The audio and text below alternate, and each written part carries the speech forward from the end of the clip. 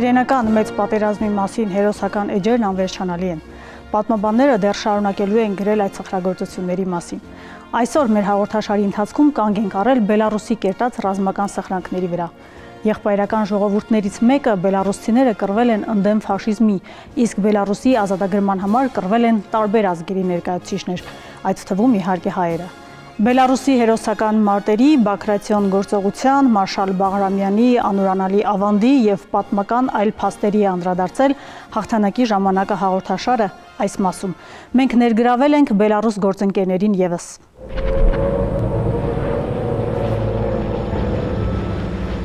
Հայրենական մեծ պատերազմի ժամանակ միլիոնավոր մարդկանց արյան մեջ թաթախված ու ավերված երկիրը չհանձնվեց։ Առհասարակ հանձնվելու մասին ոչ ոք չէր մտածում, տարբերակը կռվելներ։ Բելարուսի բնակչությունն արդեն 1941 թվականի ամռանն ակտիվորեն ցույց տվեց իր կազմակերպվածությունը հայրենիքի պաշտպանության գործում։ Ձեռնարկություններն արագորեն վերածվեցին ռազմական արտադրանքի արտադրության։ Շատ բանվորներ, գյուղացիներ և աշխատակիցներ դրսևորեցին հաստատակամություն, նվիրվածություն և պատասխանատու վերաբերմունք իրենց վստահված առաջադրանքին։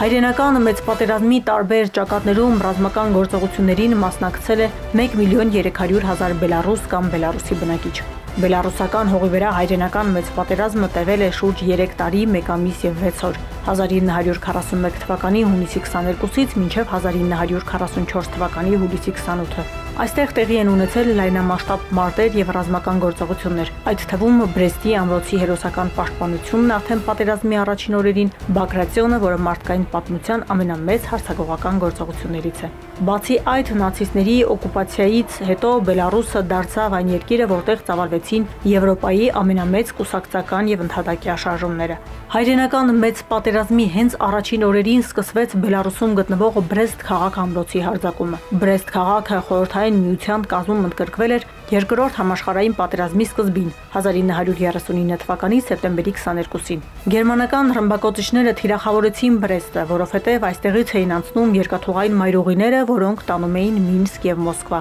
Այդ իսկ պատճառով ամրոցը և Բրեստ քաղաքը հայտնվեցին ֆաշիստական բանակի կենտրոն խմբավորումների գլխավոր հարվածի տակ։ Չնայած գերմանական բանակը հանդիպել էր դիմակայության, սակայն առաջին իսկ օրերին ջրի և զինամթերքի պակաս կար։ Կռվի 5-րդ օրն էր։ Ահ այդ ծարավը, մի բաժակ ջրի համար պատրաստ էինք նույնքան արյուն տալ, հիշում էր 84-րդ գնդի 5-րդ վարշի դասակի հրամանատարի տեղակալ սերժանտ Սոս Նուրիջանյանը, որը հունիսի 22-ին հերթապահում էր զորանոցում։ Նուրիջանյանը հետագայում բարգեւատրվել է հայրենական պատերազմի 2-րդ աստիճանի շքանշանով։ Ազատագրումից հետո ամրոցի պատերին հրաժեշտի գրառումներ էին։ Անանուն գրառումներից մեկը հետևյալ բովանդակությունն ուներ. Ես մահանում եմ, սակայն չեմ հանձնվում, մնաս բարով հայրենիք։ 20-ը 7-րդ ամիս 1941 թվական։ Համակենտրոնացման ճամբարից փախուստի դիմաց ֆաշիզմի դեմ կռիվ տված հայազգի Սամվել Մաթևոսյանը տեսավ զնգի եկած ֆաշիստական Գերմանիան։ Նա ղեկավարելով գվարդիական գրոհային ջոկատը հասնում է Բեռլին։ Բեռլինում մեր Ռայխստագի պատին նա գրում է. «Ես Բրեստից եմ, Սամվել Մաթևոսյան»։ Սամվել Մաթևոսյանի մասին պատմել են նաև բելարուսի մեր գործընկերները։ Именно по его приказу рано утром 22 июня, когда первый штурмовой отряд немецких 1941 թվականի հունիսի 22-ի վաղ առավոտյան, երբ գերմանական ավտոմատավորների առաջին գրոհային ջոկատը ներխուժեց կենտրոնական կայան, նա հակագրոհի հրաման տվեց։ Այդ գրոհային խումբը հետ շպրտվեց եւ ինչպես հիշում է Սամվել Մարտիրոսյանը, հրամանը տվեց գնդային կոմիսար Եֆիմ Ալեքսևիչ Ֆոմինը, եւ ես մարտիկներին առաջնորդեցի հակագրոհի։ Այդ ժամանակ նա վիրավորվել էր, գերի ընկել և տեղափոխվել գերմանական բանտեր ու ճամբարներ։ Ազատագրվելուց հետո վերադարձել է հայրենի տուն Երևան։ Նա տեղափոխվել է Ֆրանսիայի հարավային ճամբար, որտեղից արդեն 3-րդ անգամ փախուստ կատարելով միացել է դիմադրության շարժմանը, պարտիզանական ջոկատին։ Այնտեղ նա շարունակել է պայքարը թշնամու դեմ։ Պատերազմից հետո 1960-ականներին նա այցելել է թանգարան, որտեղ ներկայացրել է իր մարտական տարիների անձնական իրերը՝ գլխարկ, պաչկոն և պայուսակ։ Պաչկոնի վրա առկա է Ֆրանսիայի դիմադրության այդ տարածաշրջանի նշանը։ Հաջորդ ռազմական գործողությունը, որը Բելարուսի տարածքում մեկնարկեց մեծ պատերազմի սկզբից, այն Մինսկի ճակատամարտն էր։ 1941 թվականի հունիսի 28-ին նացիստական ստորաբաժանումները կոտրեցին խորհրդային զորքերի դիմակայությունը և գրավեցին քաղաքը։ Օկուպացիայի ժամանակ Մինսկում կազմակերպվեց գետո, տարբեր տվյալներով զոհվեց ավելի քան 400,000 մարդ, ավերվեցին բնակելի շենքերի մինչև 80%-ը, ավերվեցին գիտության և մշակույթի գրեթե բոլոր ձեռնարկությունները։ Բելարուսում մոտ 8 միլիոն բնակիչ եւ մոտ 900,000 խորհրդային ռազմագերի հայտնվել էր օկուպացիայի տակ, որը տևեց գրեթե 3 տարի։ Նացիստներն ընտրեցին ցեղասպանության եւ զանգվածային ահաբեկչության քաղաքականությունը որպես իրենց այսպես ասած նոր կարգը հաստատելու հիմնական միջոց։ Բելարուսի գրեթե բոլոր շրջաններում գործում էին համակենտրոնացման ճամբարներ, բանտեր եւ գետոներ։ Ընդհանուր առմամբ հանրապետության ներսում ստեղծվել է 260 մահվան ճամբար եւ 70 գետո։ Միայն Մինսկի մոտ գտնվող Տրոստենեց մահվան ճամբարում զոհվել է 206,000 մարդ։ Բելարուսի հրեական բնակչությունը եւ այլ եվրոպական երկրներից ներգաղթած հրեաները զանգվածաբար սպանվել են։ Զավթիչների դեմ կռվել են ավելի քան 374,000 պարտիզաններ։ Դաժան կոտորածի տխրահարչակ խորհրդանիշներ Խատինը։ Խատինը գտնվում էր Մինսկից 54 կիլոմետր հյուսիս-արևմուտք։ 1943 թվականի մարտի 22-ին նացիստները եւ նրանց կամակատարները Խատինի բոլոր բնակիչներին խցկել են մի մեծ կոլտնտեսության գոմում եւ ողջ այրել նրանց։ Հրդեհի հետևանքով զոհվել է 149 մարդ, այդ թվում 75 երեխա։ Խորհրդային տարիներին ըստ պաշտոնական վարկածի ցեղասպանության այս արարքի պատասխանատվությունը դրվում էր նացիստների վրա։ Վերջերս եղա հայրենական մեծ պատերազմի թանգարանում Մինսկի, որտեղ հետաքրքիր տեսարաններ կային գերմանացիների կողմից կազմակերպված բառացիորեն ցեղասպանության մասին, որտեղ նույնիսկ գյուղեր են վառել, պարտիզանական շարժման կենտրոններ են վառել եւ ըստ էության Բելարուս ժողովուրդը թե այդ Բագրատյան գործողության ընթացքում թե դրանից առաջ լուրջ մարդկային կորուստներ է կրել իր երկրի ազատագրման համար։ Մինսկի հարձակողական գործողությունը դարձավ 1944 թվականի բելարուսական ռազմավարական գործողության առանցքային փուլերից մեկը Բագրատյան ծածկանունով, որի նպատակներն էին գերմանական բանակի կենտրոնի ջախջախումը եւ Բելարուսի ազատագրումը ֆաշիստական զավթիչներից։ Բելարուսի ազատագրման համար մշակվեց Բագրատյան խորհրդանշական անունը կրող գործողությունը, որտեղ կարևոր դերակատարում ունեցել նաև հայ ազգի զինվորական այդ ժամանակ գեներալ-լեյտենանտ Հովհաննես Բաղրամյանը։ Բաղրամյանը, Ժուկովը, Կոնիևը հատուկ Բագրատյան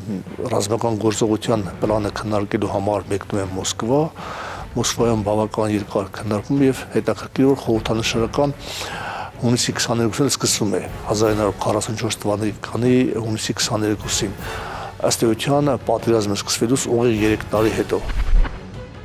Գործողությունն անվանվել է ի պատիվ ռուս լեգենդար հրամանատար 1812 թվականի հայրենական պատերազմի հերոս գեներալ Պյոտր Բագրատյոնի պատվին։ Գործողություններին մասնակցում էին առաջին Բալթյան ռազմաճակատը բանակի գեներալ Բաղրամյանի հրամանատարությամբ, երրորդ բելարուսական ռազմաճակատը գեներալ գնդապետ Չերնյախովսկու հրամանատարությամբ, երկրորդ բելարուսական ճակատը բանակի գեներալ Զախարովի եւ առաջին բելարուսական ճակատը Մարշալովսկու հրամանատարությամբ։ Խորհրդային միության մարշալներ Ժուկովը եւ Վասիլևսկին շտաբի կողմից նշանակվել են ճակատի գործողությունների համակարգողներ։ Բելարուսական ռազմավարական հարձակողական գործողության թատերաբեմում ճակատի երկարությունը կազմում էր 1110 կիլոմետր։ Հովհաննես Բաղրամյանն իր ուշերում գրում է.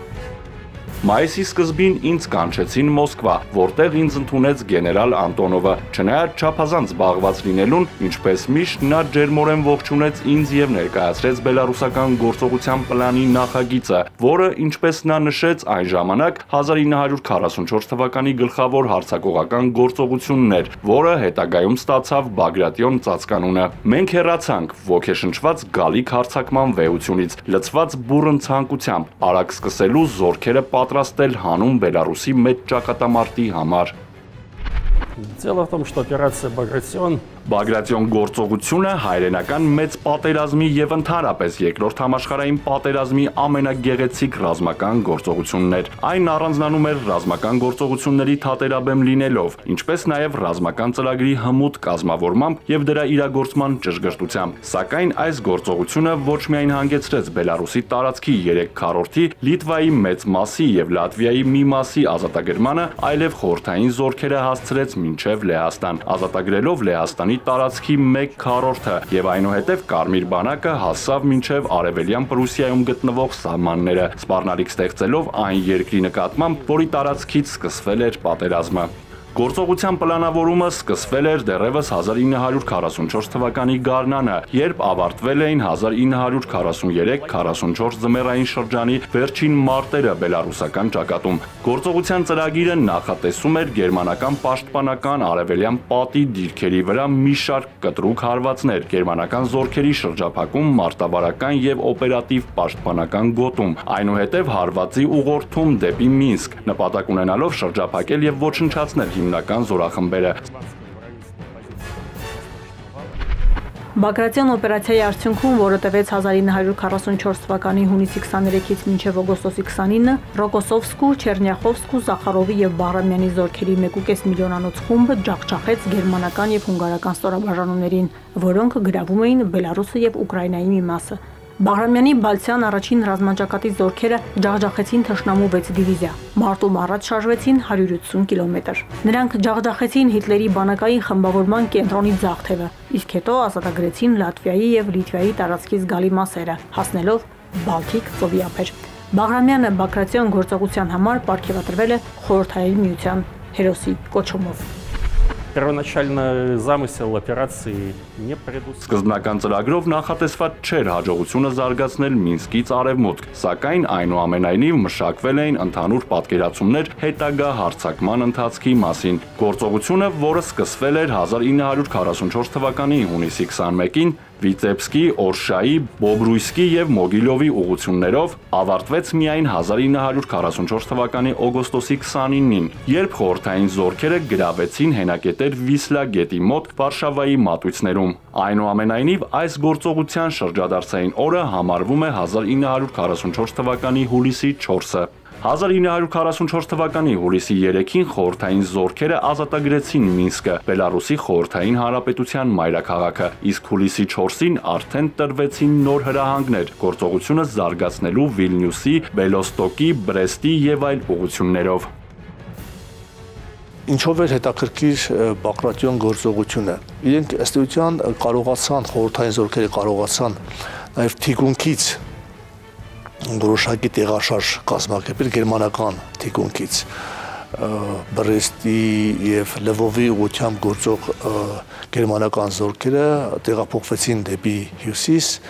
Մինսկի ուղղությամբ եւ ըստ էության խորհրդային զորքերը ծուղակ պատրաստեցին եւ օգոստոսի սկզբին արդեն խորհրդային զորքերը գրավել էին, ազատագրել էին Մինսկը եւ միաժամանակ, քանի որ թիկունքը բաց էր մնացել, հնարավոր եղավ նաեւ լուրջ ռազմական գործողություններ իրականացնել հարավում Բրեստի եւ Լվովի ուղղությամբ։ Եվ Բագրատյան գործողությունը, որը ավարտվեց օգոստոսի կեսերին, փայլուն հաղթանակ էր եւ դրանից հետո արդեն խորհրդային միության տարածքը ըստ էության ամբողջությամբ ազատագրվեց գերմանական զորքերից։ По большому счету Ընդհանուր առմամբ Բագրատյան գործողության արդյունքում հաջողվեց ոչնչացնել գերմանական մի ամբողջ բանակային խումբ։ Գերմանական ճակատում առաջացավ բատեղամաս, որի պատճառով անհրաժեշտ եղավ զորքեր տեղափոխել Արևմտյան Եվրոպայից անգլո-ամերիկյան դաշնակիցների դեմ ճակատից, ինչպես նաև Իտալիայից եւ Բալկաններից։ Իրականում այս գործողությունը մեծապես հեշտացրեց Ֆրանսիայի ազատագրումը։ Հարավ-արևմտյան ուղղությամբ կար կարևոր հաջողություն։ 1944 թվականի օգոստոսի 23-ին հարավ-արևմտյան ռազմավարական ուղղության զորքերի հարձակումը սկսվելուց հետո այն հանգեցրեց Ռումինիայի պատերազմից դուրս գալուն եւ խորհրդային միության կողմում պատերազմի մեջ ներգրավվելուն։ Բուլղարիայի ֆաշիստական ռեժիմի անկումից հետո մարտական գործողությունները տեղափոխվեցին Հարավսլավիայի տարածք եւ ի վերջո 1944 թվականի աշնան վերջում փլուզվեց նացիստական տիրապետության ամբողջ համակարգը Բալկաններում։ Այսինքն Բագրատյան գործողությունը հնարավորություն տվեց այս հրաշալի հաջողությանը հարավ-արևմտյան ռազմական տեսանկյունից։ Բելարուսի Բագրատյան ռազմավարական հարձակողական գործողության արդյունքում Կարմիր բանակի ուժերն առաջ են շարժվել դեպի արևմուտք ավելի քան 600 կիլոմետր։ Առաջին, երկրորդ եւ երրորդ բելարուսական ռազմաճակատների զորքերը առաջին Բալցյան ճակատի աջակցությամբ 1944 թվականի հունիսի 9-ից հուլիսի 4-ը իրականացրել են Մինսկի գործողությունը եւ հուլիսի 3-ին ազատագրել Բելարուսի մայրաքաղաքը։ Բագրատյան գործողության արդյունքը Բելարուսի արևելյան Լեհաստանի տարածքի մերձբալթյան երկրների մի մասի ազատագրումն էր եւ գերմանական բանակի կենտրոն խմբի գրեթե լիակատար ջախջախումը։ Надо отметить, что в первые же дни операции удалось. Հարկ է նշել, որ գործողության հենց առաջին օրերին հաջողվեց շրջափակել եւ ոչնչացնել Վիցեբսկում տեղակայված գերմանական զորքերի խմբավորումը, ինչպես նաեւ Օրշայի խմբավորումը։ Վերջիններս 1943-ից 44 թվականների ձմռանը համառ դիմադրություն էին ցուցաբերում։ Այս հաջողության ամբողջական վաստակն անկասկած պատկանում է առաջին Բալթյան ռազմաճակատի հրամանատար բանակի գեներալ Հովհաննես Բաղրամյանին։ Մոգիլովյան ուղությամբ կատարված հարձակումը եւս հաջողությամբ իրականացավ, որի արդյունքում Մոգիլով քաղաքը ազատագրվեց։ Когда Могилев был освобожден стремительным броском,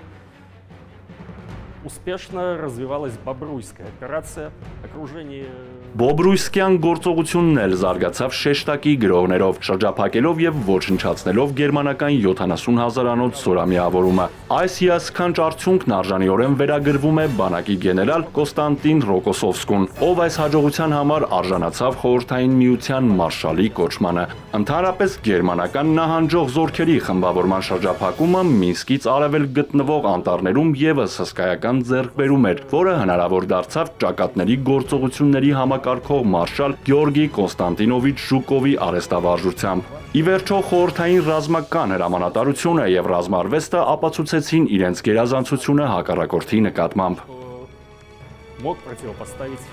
противнику. Գործողության արդյունքում Կարմիր բանակի 1500 զինվոր արժանացել է Խորհրդային Միության հերոսի կոչման, 100 հազարավորները պարգևատրվել են Խորհրդային Միության շքանշաններով եւ մեդալներով։ Մինսկի դիմադրության պատմության ամենահիշարժան էջերից մեկը Բելարուսում Հիտլերի հովանավորյալ Գաուլեյթեր Վիլհելմ Գուբեի ոչնչացման գործողությունն էր։ 1943 թվականի սեպտեմբերի 22-ի գիշերը մահացու ականը պայթեց հենց Դահիճի անկողնում, ով ոչնչացրել էր 100 հազարավոր կյանքեր։ Տարիներ անց այս պատմությունը հիմք հանդիսացավ խորհրդային հայտնի ժամացույցը կանգ առավ կեսգիշերին ֆիլմի սյուժեի համար։ Այն առաջին ֆիլմն էր Մինսկի ընդհատակյա հերոսների մասին։ Ցավոք, տարիները մեզնից բաժանում են հերոսամարտի վկաներին։ Պատմություն կերտողների շարքերը չափազանց նվազել է նաև Հայաստանում։ Բազմաթիվ հայեր են մասնակցել Բելարուսի ազատագրման մարտերին, ավելի քան 10,000-ը զոհվել են։ Նրանց անուններին կարելի է հանդիպել գրեթե բոլոր մարզկենտրոններում, Բելարուսի տարածքի 803 եղբայրական գերեզմաններում։ Շուրջ 1000 հայ է մասնակցել պարտիզանական շարժմանը, պարտիզանական 3 բրիգադ եւ 10 պարտիզանական ջոկատներ են եղել հայերի հրամանատարության տակ։ 101 հայ մասնակցել է Բրեստ ամրոցի պաշտպանությանը։ Բելարուսի ազատագրման համար 15 հայ խորհրդային միության հերոսի կոչում է ստացել։ Ցավոք, նրանք այլևս մեր ժամանակակիցը չեն, սակայն այս պատերազմը եղբայրական է եւ անկախ թե որ ճակատում էր պատերազմն ու մարդու մասնակցությունը, դա մեծ հաղթանակի համար էր։ Մեր այսօրվա հաղորդաշարում պատմության բերկրանքի, հաղթանակի եւ 1942 թվականին մորից բաժանվելու ու ռազմաճակատ մեկնելու մասին է պատմել 101-ամյա Ներսես Սիմոնյանը։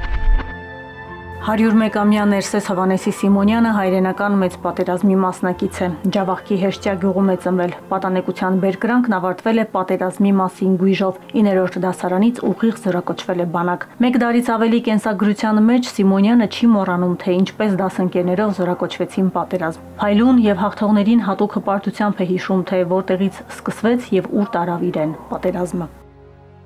Այն ժամանակ 9-րդ դասարանի աշակերտ էի ես։ Ուրեմն մոբիլիզացիայի ենթարկեցին 7 դասարանի 7 աշակերտներ միասին ուրեմն մոբիլիզացիայի ենթարկեցին 42 թվականի սեպտեմբերին մոբիլիզացիայի ենթարկվեցինք եւ զորակոչվեցինք Հյուսային Կովկաս 2 ամիս հետո արդեն մտնենք ռազմաճակատ հենց այո Նավրասիլսկի պաշտպանությանը ես երկար ժամանակ մնացի 42 թվականի աշտանից մինչև 43 թվականի ուրեմն վերջը։ Պատերազմի առաջին հարվածն ընկերների կորուստն էր, թեև տասնյակ տարիներ են անցել, սակայն ընկերների մահվան սարսուռը չի մոռանում, դա պատերազմի հետ իր առաջին առերեսումն էր։ Ծանր ժամանակաշրջան էր, այդ ժամանակաշրջանում ուրեմն մեր ընկերներից ուրեմն 4 հոգի զոհվեցին, 2 հոգի վիրավորվեցին, հետագայում իհարկե մեր ընկերներից մեկը միայն Բեռլին հասավ։ Իմ ընկերներից 4-ը, հատկապես մեկին ավելի շատ եմ ցավում, նա շատ ավելի խելացի տղա էր, ուրեմն զոհվածների մեջ էր, ես միշտ հիշում եմ, էլի, հիմա էլ հիշում եմ, շատ ափսոս։ Չեմ մոռանա, երբեք չեմ մոռանա, մինչև հիմա էլ հիշում եմ այդ։ Այնպես որ կյանքի ընթացքում ես ամեն ինչ տեսել եմ։ Պատերազմի մի շարք ճակատներում մասնակցություն ունենալուց հետո Սիմոնյանը հասել է մինչև Ղրիմ, մասնակցել է Ղրիմի ազատագրմանը եւ այդտեղ էլ վիրավորվել է։ Ասում է, երբեմն հիշում է գեղեցկադեմ բուժքրոջը, ով իրեն հայտնաբերել էր վիրավորների ու անկենթանների շարքերից։ Նավրասից կազմակերպեցինք 43 թվականի ուրեմն դեկտեմբերի վերջին նոր տեղափոխեցի մեզ դեպի հյուսիս, դեպի Ղրիմ։ Հենց մեր բանակը նաև հայկական դիվիզիան նույնպես մասնակցեցին Ղրիմի ազատագրմանը։ Հենց Ղրիմի ազատագրման ժամանակ էլ ես ծանր վիրավորվել եմ։ Ներսես Սիմոնյանը մեծ հպարտությամբ է հիշում իր հոր ազատագրումը գերությունից, ասում է, հասարակ մարդ չի փրկել հոր կյանքը, այլ Վազգեն առաջին վեհափառը, Հայաստանի ազգային հերոսը, ով Ռումինիայում հայ ռազմագերիներին օգնող կոմիտեի կազմում էր, այնուհետև նաև Ռումինիայի հայոց թեմի առաջնորդը։ Հայրս հատի հայրստուն մեզ բանակ էր, մեր զինվորների մեծ մասը ուրեմն քերի են եկել։ Դրանց հետո նաև հայրս սովետական բանակ ազատագրեց Բուխարեստը ազատագրեց հետո նոր իմացան թե հայ քերիներ են դրանք, մի մասին ուրեմն բախտ վիճակվեց ուրեմն ուղարկեցին դեպի ինչ են արևելք աշխատելու համար, հորս բախտ վիճակվեց դու վերադառնալու։ Ուրեմն Վազգենը մեծ դեր է կատարել այդքան հայ փրկելու համար։ Այն ժամանակ միայն մի բան կար, գնում ենք պատերազմ միայն հաղթելու, որովհետև փրկությունը միայն դրա մեր հաղթելու մեջ էր, որովհետև եթե ուրեմն Ռուսաստանի պարտություն լիներ, թուրքերը հարձակում մեր վրա սպասվում էր, ամեն րոպե սպասվում էր։ Երբ Ստալինգրադի տակ մեր սովետական բանակը հաղթանակը տարավ, թուրքերը արդեն նոր սկսեցին ետ քաշվել։ 101 տարեկան հասակում ներկայացնում է հետաքրքիր վիճակագրություն հայրենի համայնքի վերաբերյալ, արձանագրում է միայն իրենց ընտանիքին է բախտ վիճակվել, որ ռազմի դաշտից տուն են վերադարձել հայր ու որդի։ Մեր հյուղից բանակ են գնացել 680 հոգի, 680 հոգի, որից 213 հոգի զոհվել են, 16 հոգի գնացել են հերուտղա, 16 հոգի հերուտղա, 16-ի հայրուտղայից 10-ի հայրերը վերադարձել են, տղաներ չեն եկել։ 3-ը ոչ հայրն է վերադարձել, ոչ տղան։ Միայն 2-ի հայրերը չեն եկել, տղաներ են եկել։ Հետո մենակ ես ու հայրն ենք մնացել, 16-ից ես ու հայրս մնացել ենք։ Ես հիշում եմ մայրս լացով որ ճանապարհ են տնում, բայց այնուամենայնիվ լացում էին, թե գիտես ինչ, գիտես որ ուղարկում են, գիտես նաև չես կա նաև։ Դրա համար մեր 7 հոգի դասարանցիներից 4-ը զոհվեցին, 3-ը մնացին կենտանի։ Ներսես Սիմոնյանը պատերազմից հետո վերադարձել է տուն։ Իր գործընկեր մանկավարժի հետ ընտանիք է կազմել։ 46 տարի գյուղի դպրոցում մանկավարժ է եղել, որից 24-ը գյուղի դպրոցի տնօրենը։ Վրաստանի վաստակավոր մանկավարժ է։ 1992 թվականին տեղափոխվել է Երևան, ուսում ստացող եւ աշխատող երեխաների մոտ։ Մինչ օրս նրան այցելում են արդեն մեծ մարդ դարձած իր աշակերտները, ասում է հարգանքի պակաս չունի։ Երևանում մեծ գերդաստանն էլ արդեն նրա հպարտությունն է։ Համալսարան ավարտելուց հետո դպրոցի դիրեկտոր եմ աշխատել։ 24 տարի դպրոցի 46 տարի ուսուցիչ եմ աշխատել, որի 24 տարի դպրոցի դիրեկտոր եմ աշխատել։ Ստացել եմ վաստակավոր ուսուցիչ կոչում, Վրաստանի Հանրապետության վաստակավոր ուսուցիչ կոչում եմ ստացել։ Ներսես Սիմոնյանը հիշում է, քարքարոտ է եղել իր կյանքի ճանապարհը, չափազանց շատ պատմական իրավիճակների ականատեսն ու մասնակիցն է եղել։ Բացի այդ, ընտանիքում եւս կորուստներ են եղել, բայց ձեռքբերումները եւս սակավ չեն։ Բացառիկ երջանիկ մարդ է համարում իրեն այն առումով, որ պատերազմի բովից անցել ու հասել է այսօրվան, երբ գրկում է իրենից 100 տարի փոքր ծառին եւ ցանկանում է, որ նա խաղաղության մեջ ապրի։ Երեխան ուղիղ 100 տարի է ես եմ եղել նոր ծնված։ 100 տարի եւ նոր ծնված։ Այդպես տարբերություն կա։ Մեր աշխարհը ուրեմն խաղաղությամբ ապրի եւ ինքն էլ երեխաներ կյանքի օրենք ունենա։ Վերադառնալով Բելարուսի հերոսական պատմությանը, պետք է նշել, որ չնայած ժողովրդի հերոսական դիմադրությանը, Բելարուսը, որը կանգնեց Գերմանիայի նացիստական բանակի ճանապարհին, պատմության ընթացքում անդառնալի կորուստներ կրեց։ Բելարուսի ժողովուրդը դժվարին խնդիրների առաջ կանգնեց այն բանից հետո, երբ հակառակորդը դուրս մղվեց հանրապետությունից։ Տնտեսությունն ու սոցիալ-մշակութային ոլորտը պետք էր փրկել ավերակներից։ Բելարուսական հողի վրա գտնվող քաղաքների մեծ մասը թալանվել եւ ավերվել էին։ Նացիստները Բելարուսում ավելի քան 180 պատժիչ գործողություն էին իրականացրել, ամբողջությամբ կամ մասնակիորեն ոչնչացնելով առնվազն 12348 բնակավայր։ Նացիստներից ազատագրման պահին Բելարուսի մարզերում մնաց նախապատերազմյան ձեռնարկությունների միայն 15%-ը եւ քաղաքների ու մարզկենտրոնների բնակարանային ֆոնդի ընդամենը 26%-ը։ Օգտվելով Խորհրդային Միության այլ շրջաններից ստացված նյութական, ֆինանսական եւ կադրային օգնությունից արդեն 1943, 44 եւ 45 թվականներին Բելարուսի բնակիչներն առաջին քայլերն արեցին քաղաքները, արդյունաբերությունը, տրանսպորտը, գյուղատնտեսությունը վերականգնելու համար։ Բելարուսի ժողովուրդը միշտ է հարգել նրանց հիշատակը, ովքեր սեփական կյանքի գնով պաշտպանել են հայրենիքի ազատությունն ու անկախությունը։ Բելարուսի գրեթե բոլոր քաղաքներում կանգնեցվել են մեծ հայրենական պատերազմի ժամանակ խորհրդային զինվորների եւ պարտիզանների սխրագործությունների, ինչպես նաեւ նացիզմի զոհերի հիշատակի նվիրված հուշարձաններ եւ հուշահամալիրներ։ Բելարուսական հողի վրա հավերժական կրակը վառվում է բազմաթիվ հուշարձանների կողքին։ Հուշարձանները Բելարուս ժողովրդին ոչ միայն հիշեցնում են ժողովրդի սխրանքի մեծությունը, այլև դարձել են բելարուսական հասարակության հոգևոր կյանքի մի մասը, երկրի պատմական կերպարը եւ կարևոր դեր են խաղում ազգային գիտակցության եւ համամարտկային արժեքների ձևավորման գործում։ Բելարուսի ժողովուրդը հպարտանում է իր հայրենակիցների խիզախություններով, նաեւ բոլոր նրանց է գնահատում, ովքեր իրենց կյանքն են զոհել հանուն Բելարուսի ազատության։ Այդ եղբայրությունը կնքվել է արյամբ եւ դա անջնջելի է։